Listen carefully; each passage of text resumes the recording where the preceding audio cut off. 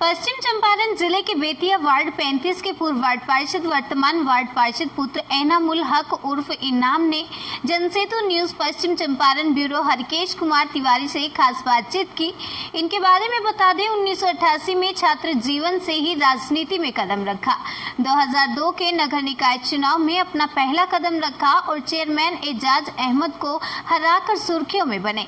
तब से लगातार गरीबों असहाय लोगों की सेवा कर रहे हैं। हाल ही में इन्होंने पप्पू यादव से प्रभावित होकर जन अधिकार पार्टी की सदस्यता ली तथा लोगों के बीच घूम कर जन अधिकार पार्टी की सदस्यता दिला रहे हैं। 2020 विधानसभा बेतिया मझौलिया से संभावित प्रत्याशी हैं।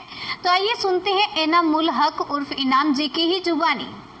नमस्कार, मैं हरिकेश कुमार तिवारी। आज मैं पहुंचा हूं पश्चिम चंपारण जिले के बेतिया विधानसभा में। मेरे साथ हैं एनामुल हक उर्फ एनाम के नाम से परिचित हैं इस पूरे बेतिया, यूँ कहें पूरे बेतिया विधानसभा या आप कहें पश्चिम चंपारण जिले में। इनके द्वारा लगातार गरीबों की सेवा किया जाता है। ये अभी कई बार वार्ड पार्षद भी रह चुके हैं। अभी वार्ड पार्षद पुत्र हैं जो एनाम जी है मेरे साथ। मैं सीधे इनसे मिलाता हूं और इनसे जानता हूं कि क्या है इनका एजेंडा और कैसे करेंगे और जनता की सेवा। इसी पे चर्चा के लिए मैं एनाम जी से, नमस्कार एनाम जी। नमस्कार हरिकेश जी। सबसे पहले सर, आप अपने बारे में हमारे दर्शकों को ज़रा बताते कि आप क्या हैं। मैं एनामुल हक उर्फ मोहम्मद एनाम, पूर्व अध्यक्ष नगर पार्षद संघ बेतिया। मैं सर्वप्रथम अपनी राजनीति की शुरुआत 1985 से AISF से की थी। 1995 में मैं लालू जी के साथ आया। 2002 में मैं नगर परिषद का चुनाव लड़ा पहली बार 21 वर्ष की आयु में, और उसी समय यहाँ के वर्तमान सभापति एजाज अहमद खान को मैं भारी मतों के अंतर से पहली बार चुनाव हराया था। 2007 में मेरी सीट महिला हो गई। उसके उपरांत मैंने अपनी पत्नी आसिया परवीन को चुनाव लड़ाया और वो भी दोनों जिला में भारी मतों के अंतर से चुनाव नगर परिषद का जीती। 2013 में मैंने अपने माता श्री को चुनाव लड़ाया वार्ड नंबर 35, ये जो बेतिया का है, उससे, और वो भी भारी मतों के अंतर से चुनाव जीती और बेतिया नगर परिषद की प्रथम महिला उपसभापति हुई। 2017 में पुनः वो चुनाव लड़ी और यहाँ की अभी वार्ड पार्षद हैं। यही मेरा संक्षिप्त परिचय है। एक चीज़ मैं और जानना चाहूँगा, आपको कई बार देखा गया है कि झाड़ू चलाते हुए, नाली सफाई करते, आप पार्षद भी रह चुके हैं, उसकी एक गरिमा रहती है, लेकिन वो कैसे आप करते हैं ये सब काम, जबकि आपके ऑलरेडी कर्मी मिलते हैं सफाई के लिए, लेकिन आप कैसे करते हैं इस चीज़ को? देखिए ऋषिकेश जी, ये जो आपने बताया नाली सफाई, सड़क की सफाई, मैं अपने आप को आज तक वार्ड पार्षद नहीं समझा, उप वाइस चेयरमैन नहीं समझा। मैं जनता का सेवक हूँ। मैं जनता के काम में विश्वास करता हूँ, जनता की सेवा में विश्वास करता हूँ, जनता के सुख दुख में विश्वास करता हूँ। सफाई कर्मी जब थक जाते हैं और कूड़ों का अंबार बढ़ने लगता है वार्ड में, जब देखते हैं मैं वो थका हुआ महसूस कर रहे हैं, तो मेरी अंतरात्मा जग जाती है और मैं चाहता हूं कि उनके हाथ से हाथ मिला के उसमें उनका सहयोग करूं, और इसी सहयोग में मैं उनकी थकावट और थकान को देखते हुए मुझे लगता है कि मुझे भी इसमें सहयोग करना चाहिए। झाड़ू चलाने लगते हैं, नाला देखें, नाला में सिल्टी भरा हुआ है, ऊपर से थी है, नीचे सिल्टी अभी है, सिल्टी निकालना ज़रूरी है। वो थक चुके हैं, नाला में भी कूद जाता हूँ, उसमें हमको परहेज नहीं है। जनता के सेवा के लिए जिस स्तर तक जाना पड़े मैं जाने के लिए तैयार रहता हूँ। यानी कि यूँ कहें, जिस अरसे और विश्वास के साथ जनता आपको चाहती है, उस पर आप खरे उतरने का काम करते हैं। प्रयास करता हूँ सर। एक चीज़ और, आप लगातार इन दिनों सुर्खियों में हैं, आपका एक वीडियो वायरल हो रहा है तेज़ी से, मोदी पकौड़ा।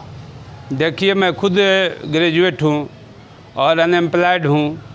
अनएम्प्लॉयड होने के नाते और मोदी जी को बार बार मैंने सुना कि जो शिक्षित बेरोजगार हैं पकौड़ा बेचे, और हम लोग का हम यहाँ के जिला के चर्चित शराब व्यवसायी भी रह चुके हैं और शराब व्यवसाय नीतीश जी ने बंद किया, शराबबंदी किया, जो बिल्कुल शराबबंदी टाइम फिक्स है। आज तो मैंने 5 मिनट में फ़ोन कीजिए उपलब्ध हो जाता है, ये जग जाहिर है कि शराब कितना आसानी से उपलब्ध हो जाता है और उसका बोझ आम जनता पे जो पड़ा है, हर चीज़ में टैक्सेशन चौगुना पंचगुना हो गया। मिडिल क्लास तो ख़त्म हो गया, गरीब क्लास भी समझिए कि डेड हो गया और सरकार को मिला का ये हमको मैं समझ से परे है। नीतीश जी का ये सिस्टम कहीं से समझ में नहीं आया और हम लोग बेकार होने के नाते हम लोग करे का, हम लोग को दूसरा रोजगार भी नहीं दिया गया। तो हमने कहा कि नीतीश जी ये बंदे कर दिए, आप मोदी जी कहिए रहे हैं कि पकौड़ा बेचिए, तो हमने स्टॉल लगाना स्टार्ट किया। उससे हम प्रतिदिन 350-400 रुपया कमा लेते हैं, जिससे मेरे परिवार का भरण पोषण चलता है। आता है 10 का माल 20। हाँ, 10 का माल। देखिए, ये सवाल मेरी पत्नी भी पूछी, ऋषिकेश जी आज आप पूछ रहे हैं, उस दिन मेरी पत्नी भी पूछी कि भैया आप 10 का माल 20 में क्यों बेच रहे थे, 10 का माल 5 में क्यों नहीं बेचे। लोग कहता कि हाँ सस्ता बेच रहे हैं। हम कहें देखो तुम लोग का भरण पोषण करना है, मोदी जी GST लगा दिए हैं, 10 का माल 5 में बेचेंगे तो हम सड़क पे आ जाएंगे, फिर ठेला चलाने का कोई औचित्य नहीं रह जाएगा, कोई माने मतलब नहीं रह जाएगा। इसलिए GST लग गया है। 10 का माल डबल करके नहीं बेचेंगे तो फिर तुम लोग का वो जो 450-350 आता है वो माइनस में चला आएगा। 350-450 10 का माल 5 में बेचने पर घर से लाएगा, तो फिर ये बिजनेस घाटा में जाएगा। इसीलिए 10 का माल 20 में बेचना मजबूरी हो गया इस सरकार में। एक चीज़ सर, एक और चीज़ जाना है, आप राजनीति में अगला कदम देख रहे हैं कि जन अधिकार पार्टी में आपने ये दिसंबर या सितंबर महीने में ज्वाइन किया, सितंबर 19 को जी 19 को किया है और लगातार पार्टी का सदस्यता आप बना रहे हैं। क्या लक्ष्य है आपका?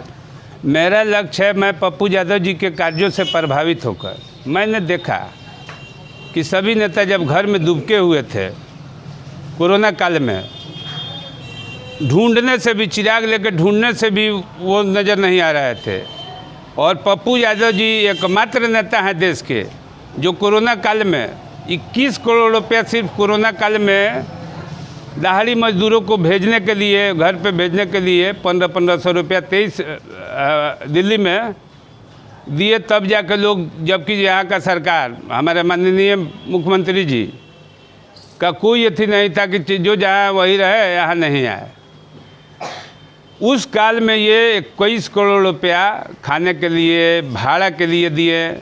और पटना में जो बाढ़ आया था उसमें 17 करोड़ रुपया मैंने इतना पानी में घुस के देखा इन्हें बांटते हुए। यही सब कार्यों से प्रभावित होकर लगा हमें कि ना, वाकई ये आदमी, मेरी अंतरात्मा जगी और आप कि हाँ, तो मैं लालू यादव की पार्टी छोड़कर मैं पप्पू यादव जी के साथ आया और ताउम्र पप्पू यादव के साथ रहूँगा। चूँकि इन पप्पू यादव जी ने जो गरीबों के लिए किया है इस कोरोना काल में, इस बाढ़ में, वो काफ़ी सराहनीय है। उसकी जितनी भी प्रशंसा की जाए कम है, उसके लिए कोई शब्द ही नहीं है मेरे पास उनके तारीफ के लिए। सर एक चीज़ और क्या इस आड़ में क्या आप बेतिया मझौलिया विधानसभा से चुनाव लड़ने की भी उम्मीद है क्या आपकी? देखिए, पप्पू जी का ये मंशा है कि एनाम जी चेयरमैन साहब, कल भी उन्होंने कहा चेयरमैन साहब आप बेतिया से तैयारी कीजिए। मेरी पहले से कोई इच्छा नहीं थी चुनाव लड़ने की, लेकिन पप्पू जी के आह्वान पे, पप्पू जी के विचार से प्रभावित होकर उनको किसी बात को मैं काट नहीं सकता हूँ। अगर उन्होंने ये हमको जिम्मेदारी दी तो मैं इसे बखूबी निभाऊंगा। ये थे एनाम जी जो सीधे तौर पे कहा कि यदि मुझे पार्टी इस काबिलियत समझेगी और मुझे टिकट मिलता है तो मैं ज़रूर जनता की सेवा करूंगा और चुनावी मैदान में उतरूंगा। देखने वाली ये बात होगी क्या इनको बेतिया मझौलिया विधानसभा की जनता कितनी चाहती है। बेतिया से हरिकेश कुमार तिवारी, पश्चिम चंपारण, बिहार।